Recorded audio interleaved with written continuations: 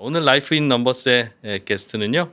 푸드 다큐멘터리라는 영역을 우리나라에서 개척하신 분입니다. 크리에이터라고 불리기도 하고요. 주식회사 마인드 앳 플레이의 대표이시기도 한 이욱정 PD님을 소개합니다. PD님 어서 오십시오. 안녕하세요. 네. 푸드 다큐멘터리라는 영역을 우리나라에서 제일 처음 개척하셨다고 들었습니다. 처음에 시작하실 때 왜 그쪽으로 생각을 하게 되셨어요? 그때 유일한 어떻게 보면 음식이라고 요리가 나오는 프로그램은 정말 6시 내고요. 거기서 그 어떤 향토 요리를 소개한다든지 시골 장터 가서 먹는. 또는 뭐 정말 그 맛집을 소개하는 프로그램이 조금 있었죠. 근데 그 이유는 그때만 해도 뭐 90년대 말 실은 2000년대 들어서만 해도 우리한테 음식이라고 하는 게 그렇게 중요한 문화적 코드가 아니었어요. 잔칫날 생일날이나 잘 먹고 그냥 평소에는 세끼 때워서 넘기면 되는. 그렇죠. 그러니까 당연히 이제 뭐 니드가 없으니까 그런 프로그램이 없었던 거고. 근데 저는 인간을 들여다보는 또는 우리가 돌아가는 이 우리 세상을 들여다보는 뭐 여러 가지 그 윈도우가 있다고 생각하거든요. 근데 그 중에서 가장 텔레비전적인 것이 음식이 아닐까라는 생각을 했어요. 다른 어떤 매체도 음식이나 요리의 세계를 텔레비전만큼 잘 보여줄 수 없겠다. 라디오나 책은 어렵죠. 어렵네요. 네. 네. 그리고 어떤 그 정치적인 어떤 현상 또는 사회문화적인 변화에 의해서 그것들이 탄생하기도 하고 또는 소멸하기도 하고 번성하기도 하고. 예를 그건 하나만 좀 들어주시겠습니까? 예를 들면 설탕 같은 것도 뭐 향신료도 마찬가지지만 그렇죠. 그 음식에 대한 인간의 탐닉이 글로벌 시스템을 만들어냈잖아요. 그 제국주의의 어떤 세계 역사의 판도를 바꿔버리고 어떻게 보면 푸드 멘터리라고 하는 게 단순히 맛있는 음식, 어떤 미식, 뭐 미슐랭 레스토랑을 소개하는 이런 다큐라고 저는 생각하지 않았어요. 처음부터. 하셨던 작품들이 어떤 게 있죠? 제일 어떻게 전환점이 됐던 거는 이제 누들로드 음식 중에서도 저는 국수라고 하는 음식이 굉장히 창의적이라는 생각이 어느 순간 들었어요. 그래서 야, 이게 어떻게 해서 생겨나고? 국수가 왜 창의적이에요? 보시기에? 그러니까 뭐 예를 들면 빵의 탄생은 거의 뭐 1만 년 전까지 네. 거슬러 올라가는데 재미난 거는 그렇게 일찍이 밀이라고 하는 음식이 주식이었던 왜 서방구에서 국수를 생각하지 못했을까? 이태리 스파게티도 그리 역사가 길지는 않습니까? 길지 않죠. 이슬람이 시칠리아를 지배할 때 그때 이제 파스타가 시작됐거든요.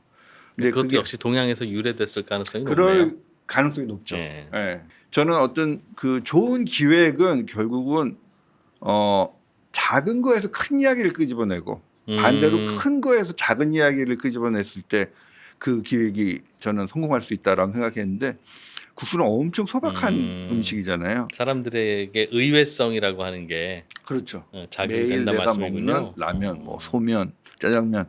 근데 이 국수 안에 실은 엄청난 문명의 이야기가 담겨 있다라고 있다는 한다. 거. 예, 그걸 보여주고 싶었죠. 사람들은 왜 그런 걸 좋아할까요? 결국은 그게 이제 책 읽어도 나오는 거고 예전에는 공부해야 되는 건데 그 지겹게 해서 이제 안 하고 싶잖아요. 어른 돼서 좋은 게 그거 하나지 않습니까? 근데 저는요 정말 공부하기 싫어하는 사람조차도 알고 싶은 욕구는 있다. 무언가 내가 모르는 걸 알고 싶은 욕구는 있다. 예를 들면 저는 그 생각도 해봐요. 고속도로 우리 가다가 반대편 차선에 사고 나죠. 그럼 이쪽 차선이 느려져요. 네. 사람들이 궁금한 거야. 안 저 가, 보고 안 사고가 왜 가니까. 났을까? 그냥 지나가도 되는데 어차피 상관도 없는데 저는 그것도 어떻게 보면 아주 그 초보적인 차원의 지적 호기심이라고 생각이 들거든요. 꼭 우리가 어떤 굉장히 인문학적인 어떤 과학이라든지 어떤 지식의 체계를 공부하고 싶은 것도 지적 호기심이지만 건너서 막 예를 들면 불이 막 하면 불이 났어. 그러면 네. 저게 왜 났을까? 야, 누가 어떤 일이 벌어질까? 본능이구나. 본능이라고 생각해요. 왜 우리가 뉴스를 봐요?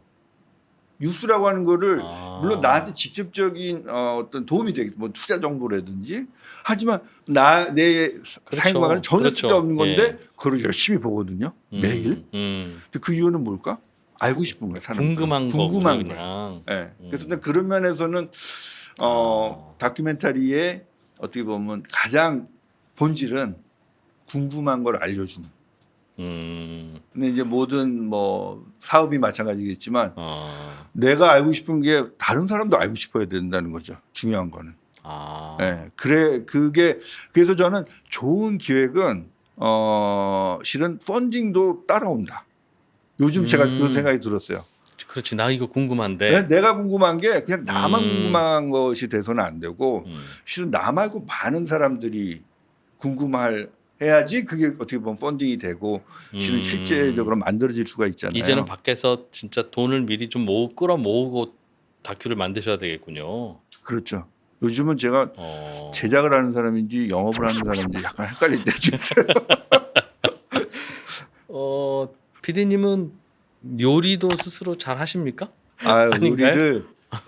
요리를 굉장히 저는 하고 싶었기 때문에 그 어. 프로그램 하고 나서 누들로 음식 프로그램 하고 나서 이제 요리학도 한 2년 휴직하고 갔다 왔어요. 요리 유학을 갔다고요? 네, 그래서 그때 다들 회사에서 연수 보내준 줄 알았어요. 왜냐하면 누들로드가 막 상을 너무 많이 타가지고 잘 된 줄 알고. 근데 네. 실은 저는 그 이전에 이미 휴직을 결정하고 갔기 때문에 휴직하고 휴직하고 본인 돈으로. 네, 본인 돈으로. 그래서 우리 집이 아주 여유 있는 줄 헛소문이 나기도 했죠. 회사라고 하는 또 방송국이라고 하는 또 굉장히 안정된 어떤 온실 밖에 나가서 2년을 요리를 그렇죠. 젊은이들 완전히 다른 배워보니 걸 하면서 제가 우선 인생이 엄청 짧구나.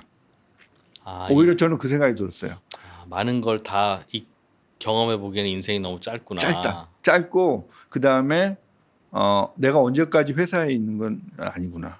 내가 어느 순간 나는 회사를 나와서 내가 서바이브를 해야 되는 게 오겠구나. 그거를 굉장히 일찍 한번 체험을 한번 해본 거죠. 둘 다 맞는 말이고 진리이긴 한데 그걸 어떻게 요리 학교에서 요리하다가 배웁니까? 그게 요리랑 무슨 관계 있는데요? 맞아. 제가요 실습을 할 때 처음에 뭐 정말 큰 솥에다가 물을 끓여요. 네. 물 이만큼 끓여요. 근데 저거 언제 잘 끓을까 생각이 들 정도로 엄청 큰 팟이에요. 근데 어느 순간 다 쫄아 있어요. 내가 그거 보면서 그 많은 물이 시간도 똑같겠구나.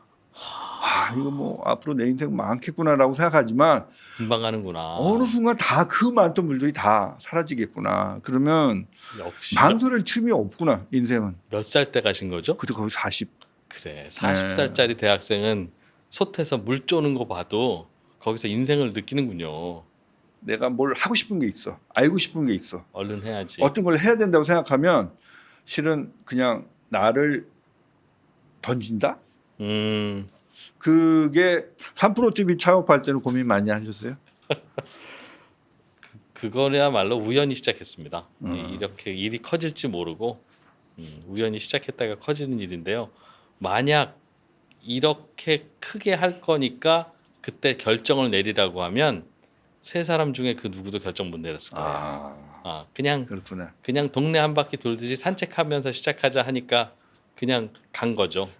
뭐 저도 하여튼 뭐 그런 경험을 하고 회사에 복귀를 하니까 회사가 너무 고마운 거예요.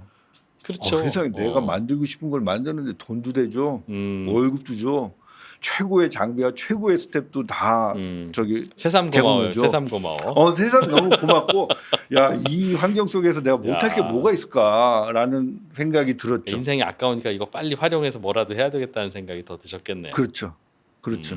그리고 결국은 뭐 어떤 컨텐츠 이제 크리에이터죠. 저는 저널리스트도 결국 크리에이터고 스토리를 만드는 사람이니까 요즘 제가 나를 어떻게 정의할까 했을 때 스토리 트래블러라고 하는 이야기를 한번 그런 개념을 생각해 봤어요. 결국은 우리는 그 스토리를 찾아서 여행하는 사람이라는 생각이 들거든요. 스토리 트래블러 또는 스토리 크리에이터가 제일 중요한 거는 저는 호기심 같아요. 그게 식는 순간 그렇지. 그건 일이 되고 돈벌이가 되죠. 그러면 이 스토리 트래블러, 스토리 크리에이터한테 그거는 이제 이 만들어내는 스토리가 식상한 얘기가 돼요. 그 호기심은 트레이닝 되는 것 같습니까? 아니면 좀 타고나는 것 같습니까? 타고나는 점은 분명히 있죠. 호기심이 우리가 애들 키워보고 뭐 학생들 가르쳐보고 그러면 호기심이 많은 친구들이 있죠. 그리고 그럼에도 불구하고 인간은 모두 호기심을 가지고 있다. 기본적으로는. 예, 근데 그거를 이 호기심 또는 창의성을 기르는 음. 그건 어른한테도 마찬가지라고 생각이 드는데 다양한 음식 내가 안 먹어보던 음식을 트라이 해봐야 돼요. 그게 일상에서 저는 안 가본 음식점 또는 안 가본 나라의 음식점 그런 거 일부 찾아. 뭐 실은 서울에는 많잖아요. 아니, 뭐 이미 이태원 가도 우리나라에도 많고 많죠. 안산 가도 많아요. 음. 그러면 거기 가서 먹어보는 거야. 그러면 예를 들면 내가 파키스탄 분이 하는 식당에 갔어. 그 한순간의 체험으로 나는 파키스탄이라는 나라에 관심이 생겨요. 다큐멘터리 감독을 하려면 그 촬영의 대상이 되는 주로 이제 사람이겠죠. 그 사람으로부터 뭔가 스토리를 끌어내야 되지 않습니까? 똑같은 이야기도 어떻게 질문하고 어떤 사람과 이야기하느냐에 따라서 나오는 반응도 다르고 스토리도 다르잖아요. 그거 어떻게 끌어내는 거예요? 그 일종의 이제 인터뷰의 요령인데. 뭐 제가 이제 대학원에서 인류학을 공부했는데 인류학을 공부하기 굉장히 유리했다. 저는 저한테 굉장히 좋았다. 왜냐하면은 왜요? 그 사람의 신발을 신어보는 거거든요. 그 사람의 문화적 맥락에서 생각해 보는 거예요. 저 사람의 입장은 어떨까? 그렇죠. 예전 추정 60분 그 시사 프로도 한 적이 있거든요.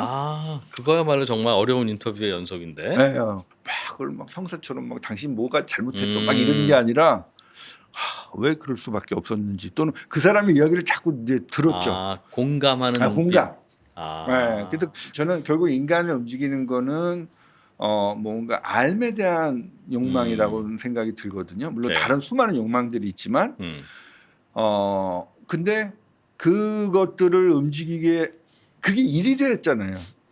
내가 밥을 벌어먹을 수 있는. 다음 작품들은 어떤 거 혹시 기획하시는 게 있으세요? 요즘은? 제가 진짜 궁금했던 것들은 이제 음식 말고도 많았거든요. 그러셨겠죠. 그것들도 다 만들어 봐야 되겠다. 다큐멘터리로? 네, 그래서 지금 하고 있는 작업 중에 제일 큰 작업이 실은 자동차 디자인에 대한. 자동차 디자인? 네, 자동차 디자인에 대한 아마 굉장히 그 좀 큰 프로젝트예요. 그래서 그 지금 뭐 거의 2년 넘게 제작을 하고 있고 지금 촬영을 하고 있고. 조금만 소개해 주세요. 자동차 디자인. 자동차 디자인은 한국에서 또는 지구상에서 제일 보안이 심한 어떤 한 장소를 우리가 찍고 있어요. 네. 그래서 전혀 공개되지 않았던 것들이 나올 텐데 저는 그 자동차 디자이너의 세계 그리고 자동차라고 하는 어떻게 보면 지금의 현대 문명, 산업 문명을 만든 가장 중요한 저는 디바이스라고 생각하거든요. 그 앞으로 결국은 그렇죠. 모빌리티라고 하는 엄청나게 큰 개념으로 확대될 것이고 이탈리아의 빌라데스테라고 하는 그 코모호수에 있는 뭐 굉장히 뭐 정말 무슨 홀리우드 스타들이 가는 그런 휴양지가 있는데 세계에 정말 몇 대 안 되는 엄청난 그런 골동품 차들, 클래식카들이 다 모여서 거기서 이제 하나의 콩쿠르죠.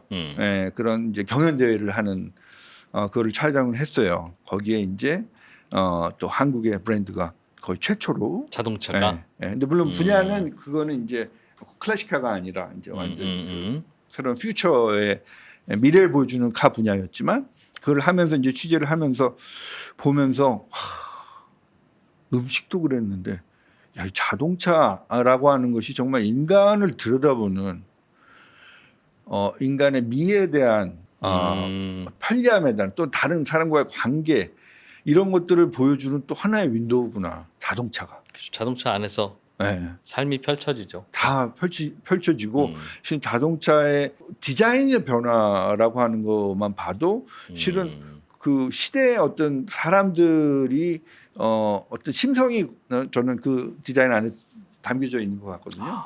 근데 그거 보면서도 수많은 분야의 디자이너들이 있지만 뭐 건축가도 디자이너고 제일 어렵다라는 생각이 들었어요. 왜냐하면은 예를 들면 자동차 같은 경우는 거기에 관련된 법규만 해도 실은 셀 수도 없이 많은 거예요. 디자인의 제한이 하기야. 네.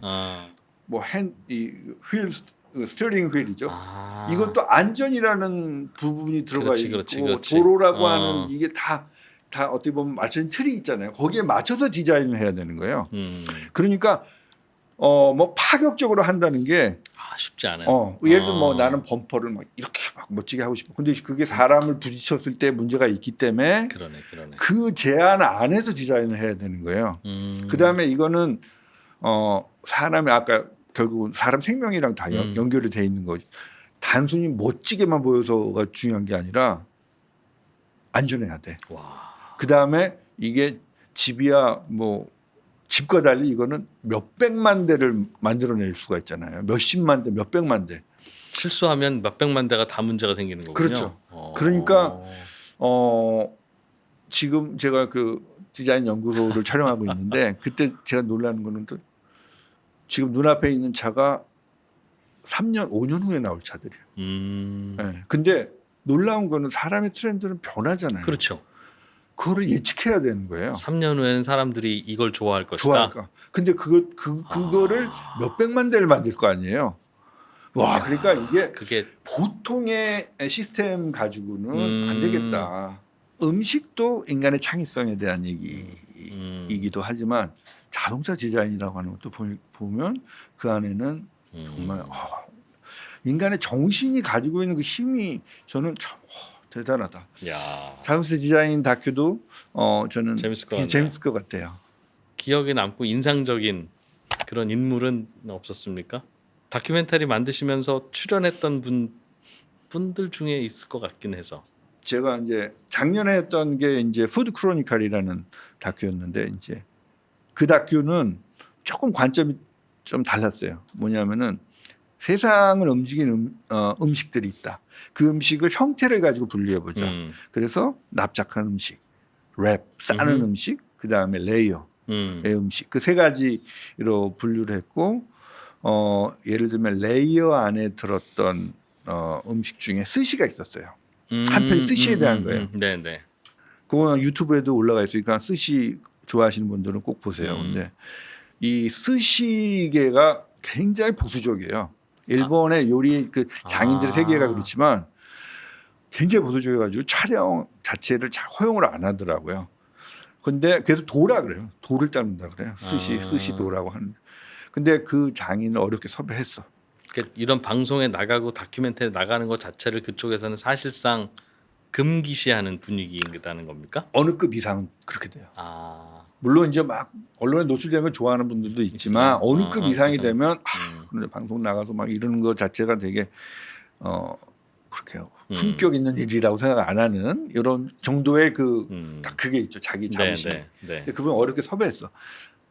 네, 그분이 처음에 오라는 데가 어디냐면 자기가 감독으로 있는 청소년 야구단의 구장으로 오라고. 그래서 스시 장인이 실은 야구단, 청소년 야구단의 구단주예요. 구단주였어요? 자기 돈 벌어가지고 그 청소년 야구단을 하더라고.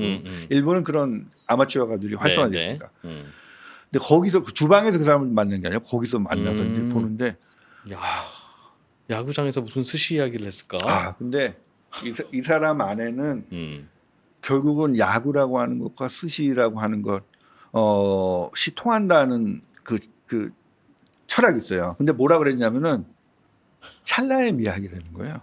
저는 그 말이 굉장히 기억에 나요. 야구와 스시가? 네, 찰나의 미학. 그러니까 근데 그거는 예를 들면 스시라고 하는 음식 보면 엄청 단순해 보여요. 초밥에다가 생선을 얹었어요. 네. 엄청 단순해 보이지만 엄청나게 많은 레이어가 그 안에 숨어 있어요. 그리고 그것은 그냥 눈앞에서 착착착 해서 쫙 내는. 그 바다를 떠돌아다니는 수많은 생선 중에 유독 그 생선이 이 요리사의 손에 와서 그리고 그 손님을 만나는 그거는 엄청난 그 어떤 인연의 그렇죠. 끈이고 그리고 그 순간 딱 해서 딱 내놓는 그 순식간에 만들어지는 그 찰나 안에 모든 게 다 담겨 있다. 실은 우리가 하는 모든 일들이 다 찰나에 그거를 우리는 흘려보내 버리죠. 그 찰나들을. 그 찰나 하나하나를 되게 소중히 생각해야 되겠구나.